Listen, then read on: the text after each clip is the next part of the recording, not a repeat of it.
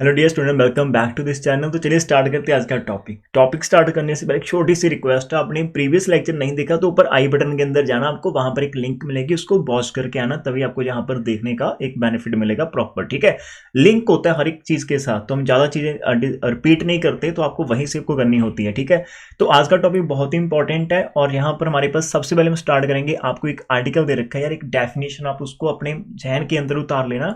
देखो, खाली करने का मेथड क्या रहता है, आप किसी भी बुक के अंदर करो मैथ्स के अंदर, तो आपको जो डेफिनेशन उसको आपको यार बहुत आराम से करना होता है। ठीक है, और प्यार से स्माइल से करना होता है, और फिर उस डेफिनेशन के यूज के साथ आप सारे के सारे एग्जांपल कर पाओगे, अपनी एक्सरसाइज को सॉल्व कर पाएंगे, तभी आपको इजी लगेगा। हमें यहाँ पर क्या होता है कि जनरल इक्वेशन में यहाँ पर प्रूव करना है कि जो जनरल इक्वेशन ऑफ कोण होती है ऑफ सेकंड डिग्री, जो कि आपका पासिस करता है थ्रू द एक्सिस। अब एक्स एक्सिस का मतलब कि वो एक्स एक्सिस से पास करे, वाई एक्सिस से और जेड एक्सिस से पास करता है, तो उस कोण की जो जनरल इक्वेशन होती है आपके पास जे वाली आ जाती है। तो ये सिंपल, बहुत ही सिंपल सा यहाँ पर फंडा है। आपको याद होगा कि हमें जो जनरल इक्वेशन होती है होमोजीनियस, आपके पास कोई भी कोण है, थोड़ा सा मैं जहां पर आपको ध्यान लेकर आना चाहूंगा। यदि आपके पास ये कोण है, ठीक है, लाइक इसकी वर्टेक्स आपके पास क्या है राजी, वर्टेक्स आपके पास ओरिजिन है 0 0, तो इस कोण की जो इक्वेशन आपके पास रहेगी वो हमारे पास क्या होती है, सेकंड डिग्री के अंदर होमोजीनियस होती है राजी। उसको लिख लो, आपका ए एक्स स्क्वायर होता है, वी वाई स्क्वायर होता है, सी जेड स्क्वायर होता है। फिर आपके पास क्या होता है राजी, 2f होता है, यहाँ पर वाई जेड होता है, और फिर आपके पास 2g होता है, जेड एक्स होता है, और प्लस 2h होता है, x y is equal to 0।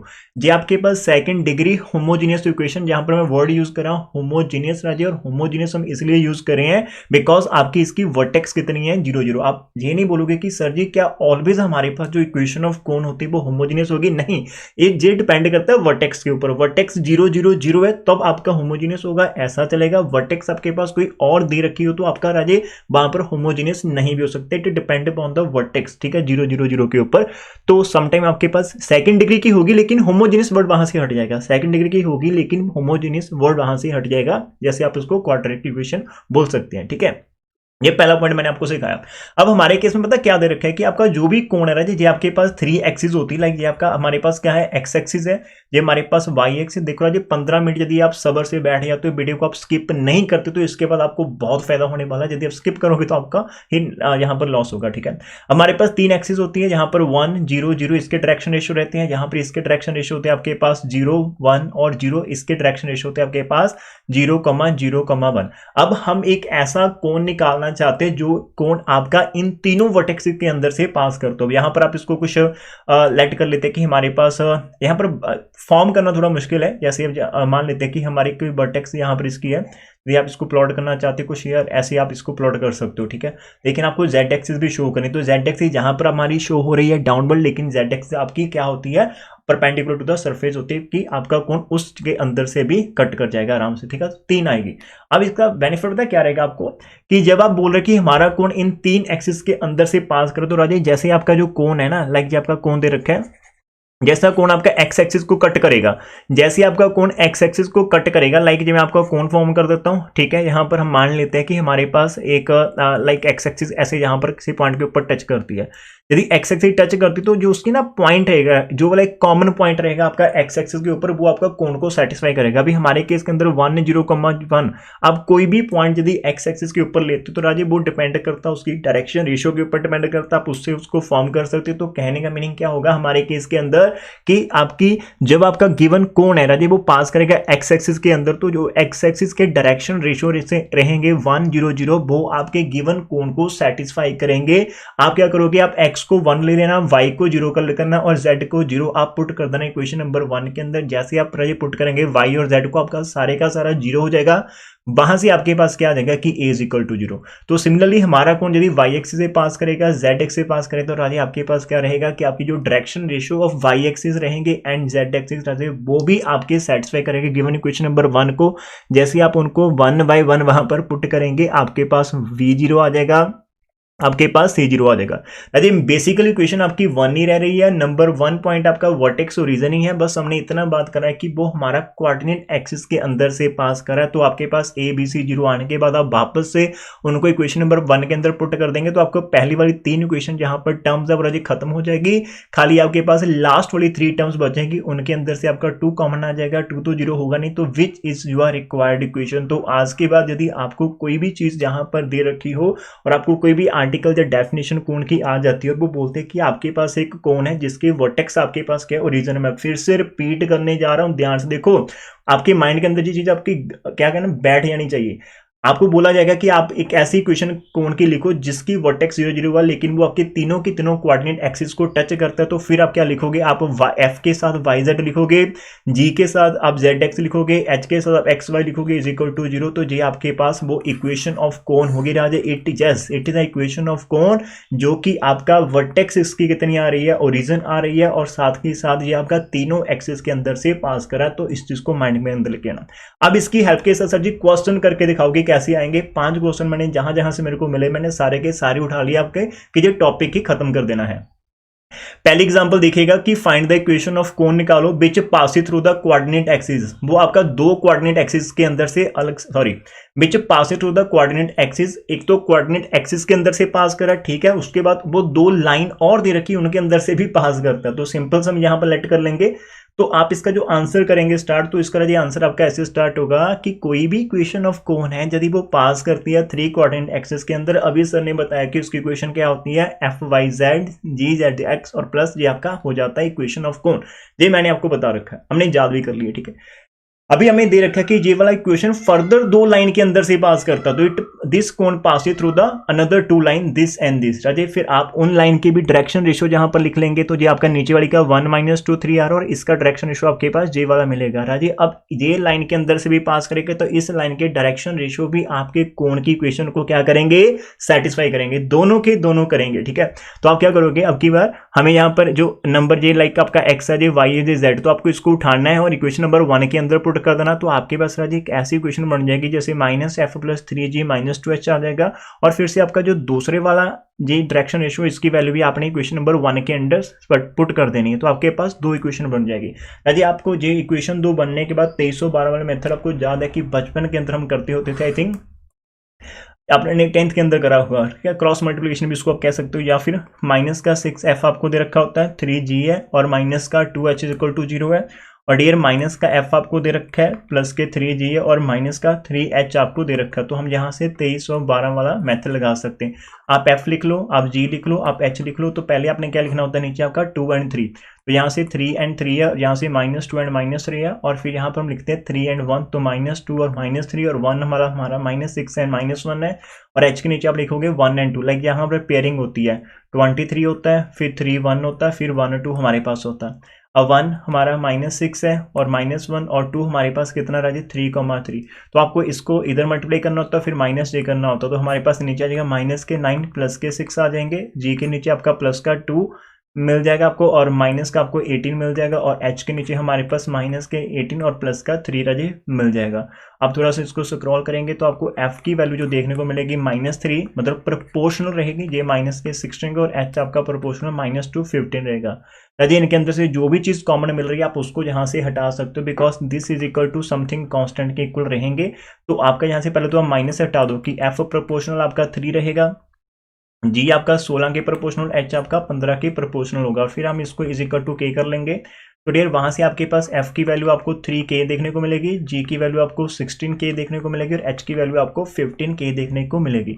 अब ये जो आपका f, g and h value आती रही है, ये आपने पुट कर देनी होती है किसके अंदर, f ऑफ y z के अंदर, ठीक है, आपका g ऑफ z x के अंदर, h ऑफ x y के अंदर आप पुट करोगे। तो सिंपल आपका 3k आ रहा है, y एंड z आ रहा है आपके पास, 16k आ रहा है, z एंड x आ रहा है, और आपके पास 15k और x एंड y आ रहा है जी। जहां से जो k आपने लिख और उसको आप कॉमन निकालो, तो आपका 3yz आ जाएगा, 16 आपके पास zx और 15 आपके पास xy आ जाएंगे इज इक्वल टू 0। के तो राजे 0 हो नहीं सकता, बिकॉज जहां पर आपकी फ्रैक्शन आ रही तो आप इसको कुछ भी ले सकते हो, तो नॉन जीरो रहेगा।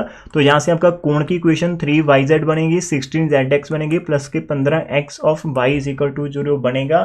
तो which is the required equation of cone, एक बार फिर से समझ लीजिए। एक चीज आप ध्यान से करो, आपने करना कैसे है राजे, हमने इस क्वेश्चन को स्टार्टिंग वहीं से करना है कि हमें दे रखा है कि हमारा जो कोण है उसकी वर्टेक्स हमारे पास ओरिजिन है और 3 कोऑर्डिनेट एक्सिस से पास करता है।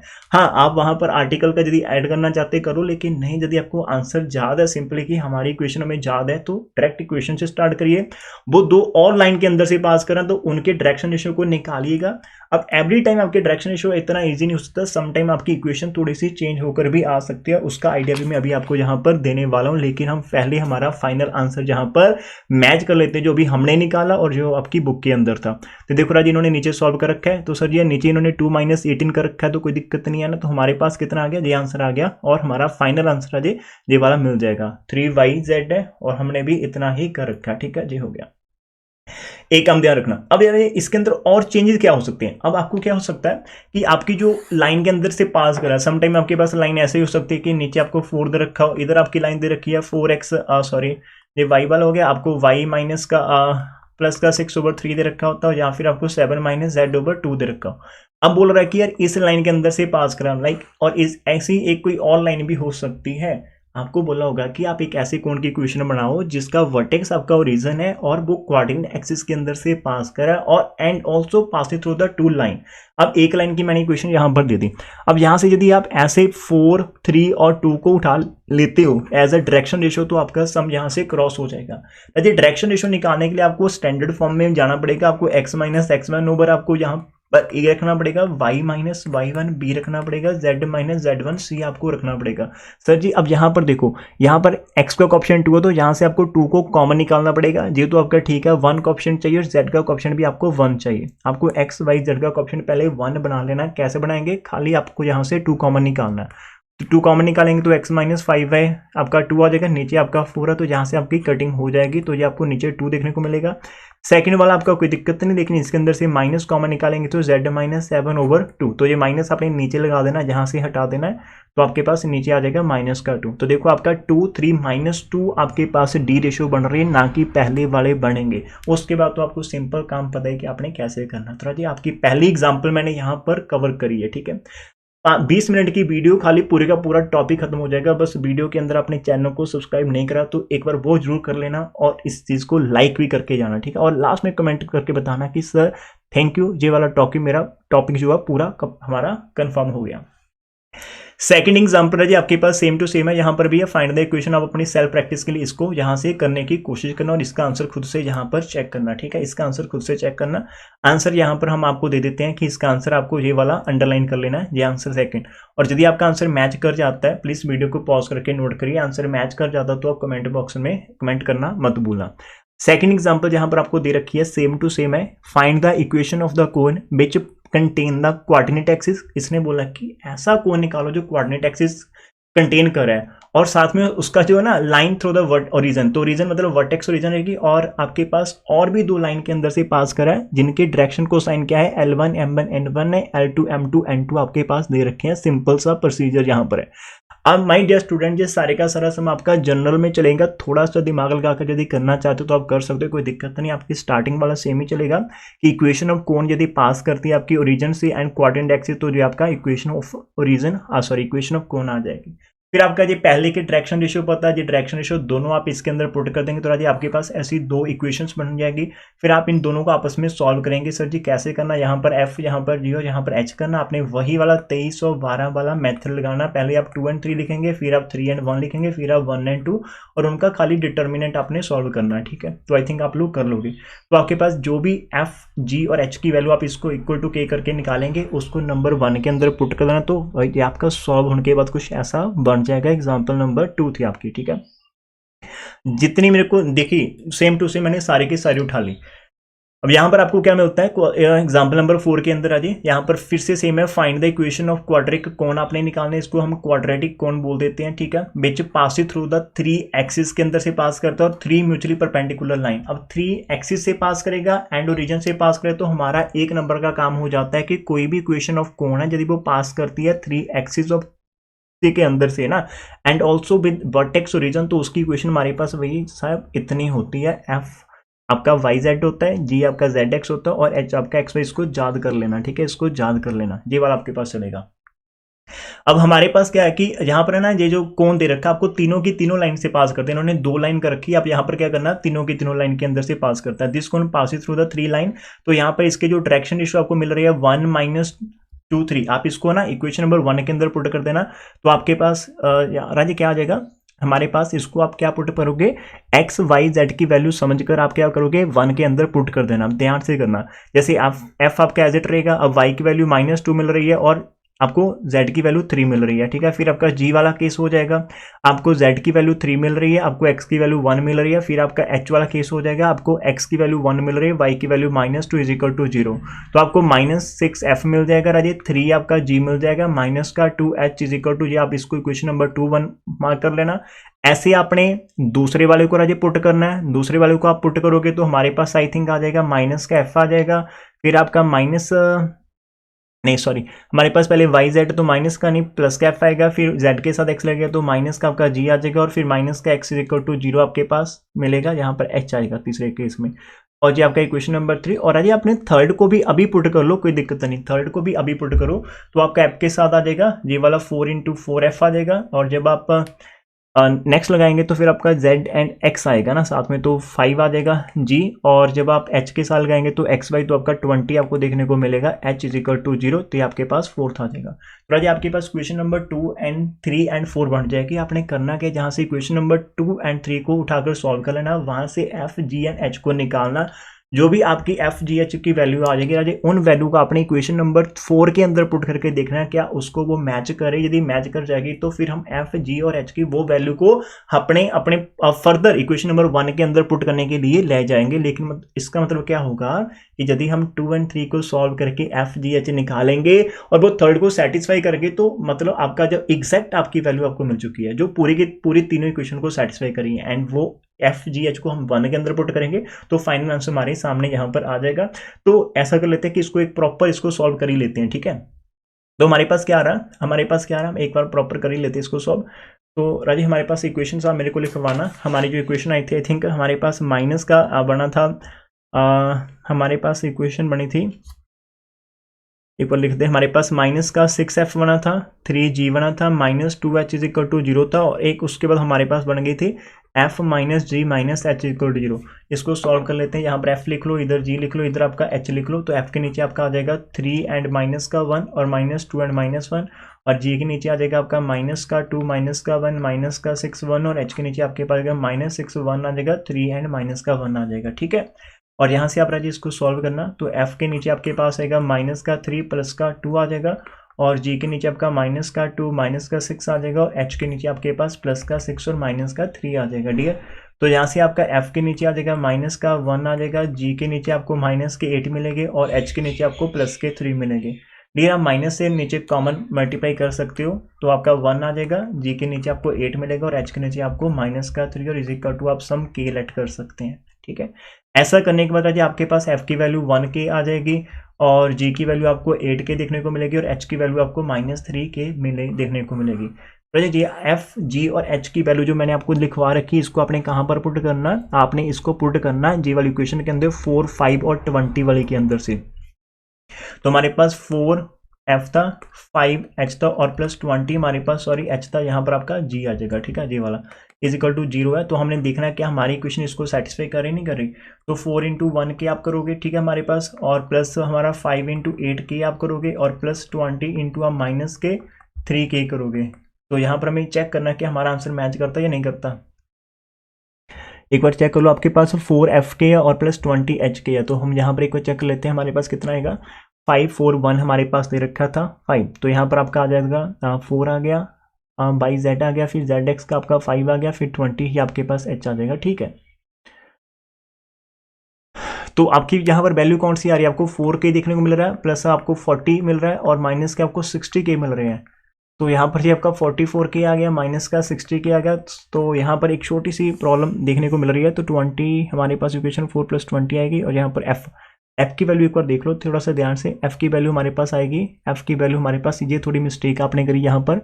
एफ की वैल्यू यहाँ पर माइनस का 5 आना था ना, यहाँ पर माइनस माइनस का 2 आना था, ये आपका माइनस का एक्चुअल में 5 आना था और ये आपका प्लस का 5 आना था। यहाँ पर आपके पास प्लस के 5K आने थे, ठीक है। थोड़ा सा भी प्लस माइनस का हेर फेर हो गया तो राजे सारे का सारा हमें देने पड़ जाएंगे। तो यहाँ पर आपका 5K आ जाएगा, इधर से आपका 20K आ जाएगा, इधर से आपका ये आ जाएगा 60K, है ना। तो 60K के अंदर से आपका 60K माइनस करेंगे तो राजे 0 = 0 आपको मिल जाएगी, तो जो कि हमारा ट्रू होता है। तो इसका मतलब जो एफ जी और एच की वैल्यू हमारे पास राजे वो 100% आपकी सही है।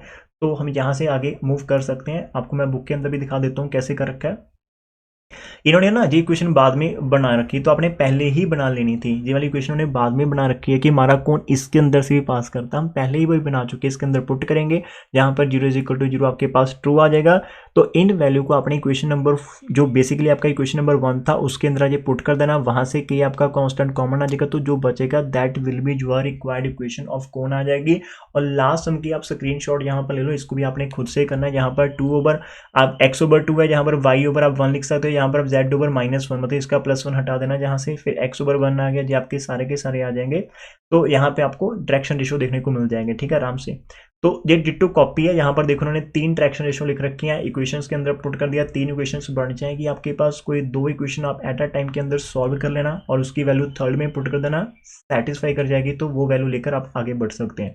तो राजे इतनी एग्जाम्पल आपके सामने और ये पूरे का पूरा टॉपिक हमारा खत्म हो जाता है। लास्ट 1 मिनट के अंदर हम यहाँ पर रिवाइज करेंगे, ठीक है, कि हमने कहां से स्टार्ट करा था और कहां तक खत्म करा।